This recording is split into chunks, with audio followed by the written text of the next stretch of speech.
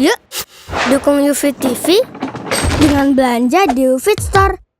www.ufitstore.com. Assalamualaikum warahmatullahi wabarakatuh. Pemirsa, kita kembali melanjutkan pertanyaan yang kedua seputar apakah ada zakat perdagangan dalam Islam dan bagaimana cara menghitungnya.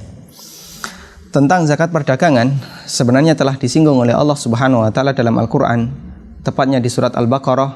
Allah Subhanahu wa taala berfirman, "Wa anfiqu ya ayyuhalladzina amanu anfiqu min thayyibati ma kasabtum wa mimma akhrajna lakum minal ard."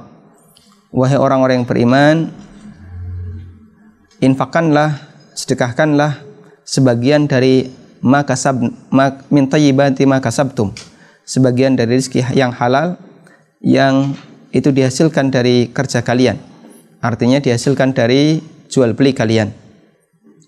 Dan kata Mujahid rahimahullah, yang dimaksud dengan min thayyibati ma kasabtum adalah zakatut tijarah, zakat perdagangan.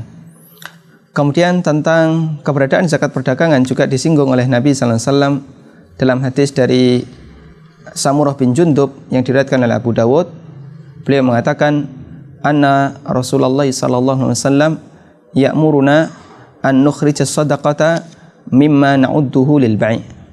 Rasulullah sallallahu alaihi wasallam memerintahkan kami untuk mengeluarkan zakat dari barang yang kami siapkan untuk diperjualbelikan. Ini dua bukti dan dua dalil bahasanya zakat perdagangan ada dalam Islam. Kemudian tentang bagaimana perhitungan zakat perdagangan, para ulama mengatakan bahasanya perhitungan zakat perdagangan itu mengikuti perhitungan zakat mal, mengikuti perhitungan zakat emas atau uang yang dinyatakan oleh Nabi sallallahu alaihi wasallam dalam hadis yang diriwayatkan oleh Abu Dawud dari Ali bin Abi Thalib, bahasanya perhitungan zakat mal itu nisabnya adalah 83 gram emas, kemudian dikeluarkan 2,5%. Zakat perdagangan juga demikian. Jika barang yang diperdagangkan itu telah mencapai 83 gram emas nilainya, maka jika selama setahun dia tidak mengalami pengurangan, di situ wajib dizakati 2,5%. Karena itulah zakat perdagangan perhitungannya digabung dengan zakat mal, karena dia masuk bagian dari mal. Terus apa yang dihitung? Yang dihitung adalah barang yang diperdagangkan, barang yang dijual. Sementara aset dia tidak dihitung, seperti ruko misalnya, atau dia punya etalase, atau dia punya perlengkapan-perlengkapan toko seperti mobil atau kendaraan yang lainnya, semacam ini tidak dihitung. Tapi yang dihitung adalah apa yang dijual, bukan apa yang menjadi fasilitas. Kalau yang menjadi fasilitas ini semuanya tidak masuk perhitungan zakat. Sementara apa yang dijual itu yang masuk perhitungan zakat. Ketika ada orang yang dia jual beli misalnya alat-alat komputer, peripheral, dia punya ruko, dia punya kendaraan, dia punya etalase yang banyak dan seterusnya. Mana yang dihitung? Jawabannya yang menjadi perdagangan dia. Sementara rukonya, kendaraannya tidak dihitung dalam perhitungan zakat. Kemudian harga mana yang menjadi acuan? Jawabannya adalah harga kulak, harga kulaknya, dan bukan harga jual. Kenapa bukan harga jual? Karena harga jual itu sudah ditambah margin, keuntungan. Sementara margin itu belum dia dapatkan. Margin itu baru dia dapatkan ketika ada pembeli. Padahal zakat itu dibebankan ketika harta itu sudah ada di tangan kita, sudah menjadi hak kita.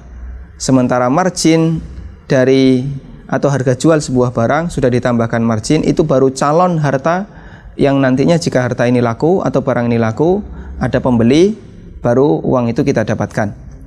Karena itulah yang menjadi acuan bukan harga jual ke konsumen, tapi yang menjadi acuan adalah harga pokok ketika kita membeli barang itu. Dan itu disesuaikan dengan harga pokok pada saat pembayaran zakat. Misalnya ya, ada sebuah laptop dulu waktu beli di tahun 37, harga pokoknya misalnya 5 juta. Kemudian di tahun 1438, setahun berikutnya harga pokoknya naik misalnya menjadi 5,5 juta. Maka yang jadi acuan adalah harga pokok 5,5 juta ini. Meskipun kalau dia jual misalnya bisa sampai 6,5 juta. Keuntungan 1 juta tidak dihitung. Karena margin itu belum menjadi hak dia. Margin adalah calon harta yang akan dia dapatkan ketika barang ini laku. Karena itulah untuk zakat perdagangan yang menjadi acuan harga dari barang yang dihitung adalah harga pokoknya, harga kulaknya, dan bukan harga jualnya. Kemudian nanti digabungkan dengan tabungan yang dia miliki. Misalnya dari total seluruh harta atau barang yang dijual nilainya misalnya 300 juta. Dia punya tabungan 100 juta. Dia punya simpanan emas totalnya misalnya 50 juta. Maka 2,5% itu faktor kalinya berapa? Jawabannya adalah total semuanya. 300 juta tambah tabungannya 200 juta tambah 50 juta. Sehingga dia wajib menghitung zakatnya dari 550 juta dikalikan 2,5%. Ini cara yang paling mudah untuk mengukur dan menghitung zakat perdagangan. Demikian, semoga bermanfaat. Wassallallahu ala nabiyyina Muhammadin wa ala alihi wa sahbihi wasallam.